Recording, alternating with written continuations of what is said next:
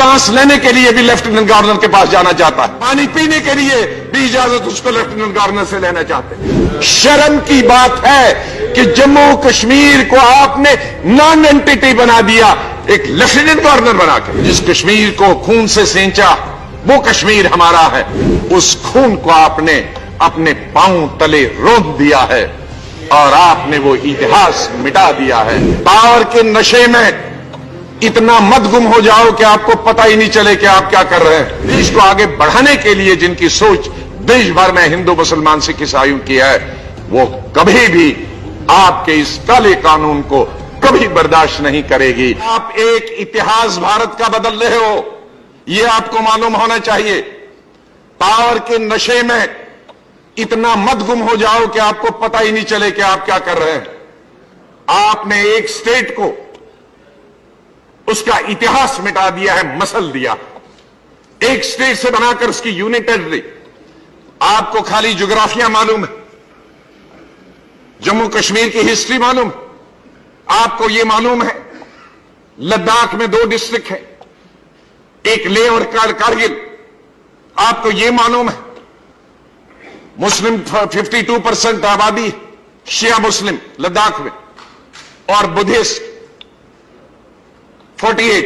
इन 52 में कुछ और भी हमारे धर्म 2-4% है और बुद्धिस्ट में भी कुछ और 2% है, लेकिन ओवरवेलमिंग मेजॉरिटी बिटवीन बुद्धिस्ट। आज से 20 साल पहले ने जो हिस्ट्री पढ़ी थी वो बुद्धिस्ट स्टेट उसको कहते हैं, लेकिन उसके बाद बहुत आबादी बढ़ी, अब उल्टा हो गया है, मुस्लिम मेजॉरिटी बन गया है लद्दाख। और बुद्धिस्ट 30 साल पहले से हमारे भाई लेके वो यूनियन टेरिटरी चाहते थे और कारगिल वाले लद्दाख से निकल कर कश्मीर प्रोविंस में आना चाहते हैं। ये किसी को मालूम? ये कारगिल वाले। अरे बस सुनिए, ला मत पढ़िए, हिस्ट्री पढ़िए। मैं जिंदा हूं। 91 में मैं यूनियन मिनिस्टर था और कई महीने लेह में हड़ताल चल रही थी हिल काउंसिल की और कारगिल में चल रही थी एंटी हिल काउंसिल की, और मैं गवर्नमेंट ऑफ इंडिया की तरफ से नेगोशिएशन करने गया। जो आपका एमपी था अभी पिछले में, वो उसका चेयरमैन था और मेरी पार्टी का लीडर ऑफ लेजिस्लेचर पार्टी का लीडर जो अभी आपके डिसॉल्व करने का था, वो उसका जनरल सेक्रेटरी था। उनके फोरम में मैंने पहले मीटिंग की थी और उनसे एग्रीमेंट किया था कई मीटिंगों के बाद कि आप हिल काउंसिल, हम आपको ये नहीं देंगे यूटी, तो हिल काउंसिल पे हमने मनवा लिया था उनको। लेकिन कारगिल वाले तब भी मांग थी, आज भी है, कि हमको लद्दाख से नहीं रहना है, लद्दाख में जगह तो छोड़ नहीं सकते, हमको कारगिल में रहना है। अभी आपने लद्दाख को प्रोविंस का दर्जा दिया, जरा देख लेते 5 मिनट में, अगर आप सिर्फ लेह में उसका कैपिटल रखता, आपको भी मजबूरन में लेह में भी उसका कैपिटल रखना पड़ा और लद्दाख कारगिल में भी रखना पड़ा, इसी मजबूरी में, क्योंकि कारगिल वाले कहते कि हमको कश्मीर के प्रोविंस में ले जाओ। तो ये प्रॉब्लम है, आपको मालूम है, एक यूटी में। अब किसको बनाएंगे चीफ मिनिस्टर? तो आपने वहां के बुद्धिस्ट और वहां के शिया मुस्लिम के बीच में एक नई जंग शुरू कर दी, जो कि हमारा सबसे पीसफुल रीजन था, लद्दाख, जम्मू कश्मीर का लद्दाख। जम्मू और कश्मीर को आपने यूटी किया और उसको चलाएगा लेफ्टिनेंट गवर्नर।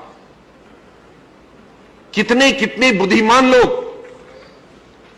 शेख अब्दुल्ला से लेकर सादिक तक, हमारी बात छोड़िए, ये लोग वहां चीफ मिनिस्टर रहे, वहां की राजनीति से जूझ रहे हैं। तो एक आईएएस ऑफिसर को, ज्वाइंट सेक्रेटरी को या अपनी पार्टी को,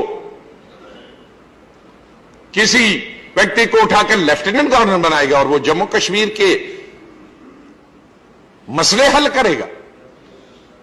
मैं नहीं सोचता हूं कि आप बड़े मुद्दे, मैं समझता था बड़े बुद्धिमान हैं आप, तो आप सिर्फ हिंदुस्तान पर नहीं हुकूमत करते हो, पूरे विश्व को पर हुकूमत करते हैं। लेकिन इतनी छोटी सी चीज आपको यह समझ में नहीं आया कि अब lieutenant governor Jammu and Kashmir वो चलाएगा। इसलिए मुझे बहुत ही अफसोस से कहना पड़ता, अफसोस आपकी सोच पर है कि क्या हम तो एक नया भारत बनाने वाले हैं, तो पुराने भारत को बिगाड़ दोगे, खत्म कर दोगे, तोड़ फोड़ जोड़, और फिर नया भारत तो बनेगा। इसलिए भारत के इतिहास के साथ, भारत की यकजहती के साथ, अखंडता के साथ, भारत के कल्चर के साथ ये खिलवाड़ मत करिए वोट लेने के लिए। बहुत हो गया। ये भारत के इतिहास में काला धब्बा होगा जिस दिन ये कानून पास होगा। हिंदुस्तान के इतिहास में और इस नए भारत के इतिहास में यह काला धब्बा है। आज जम्मू कश्मीर से आर्टिकल 370 खत्म कर रहे हैं, आज 35A खत्म कर रहे हैं, आज आप डिलिमिटेशन उनकी मर्जी के बगैर स्टेट को तोड़ के डिलिमिटेशन कर रहे हैं, और इस तरह से हिंदुस्तान के नक्शे से वो कश्मीर जो नारा चलता था, आप कहते हैं 47 में जब बाहर से लोग आए थे पाकिस्तान से, तो कश्मीर में नारा चलता था, जिस कश्मीर को खून से सींचा वो कश्मीर हमारा है। आज उन हजारों बहनों ने, भाइयों ने, नौजवानों ने जिस खून से सींचा था, आज उस खून को आपने अपने पांव तले रोंद दिया है और आपने वो इतिहास मिटा दिया है। न भारत का इतिहास और हिंदुस्तान के लोग जो अच्छी सोच रखने वाले हैं, जिनकी सोच सिर्फ वोट पर नहीं होती है, जिनकी सोच देश के लिए होती है, देश के उत्थान के लिए होती है, देश की यकजहती के लिए होती है, देश की सलामती के लिए होती है, देश को आगे बढ़ाने के लिए जिनकी सोच देश भर में हिंदू, मुसलमान, सिख, ईसाई की है, वो कभी भी आपके इस काले कानून को कभी बर्दाश्त नहीं करेगी। चाहे आप मेजॉरिटी से, आप अपनी ताकत के बलबूते से कानून लाएंगे, लेकिन इसको लोगों के दिलों में उतारने में आप ना सफल होंगे। बहुत बहुत धन्यवाद।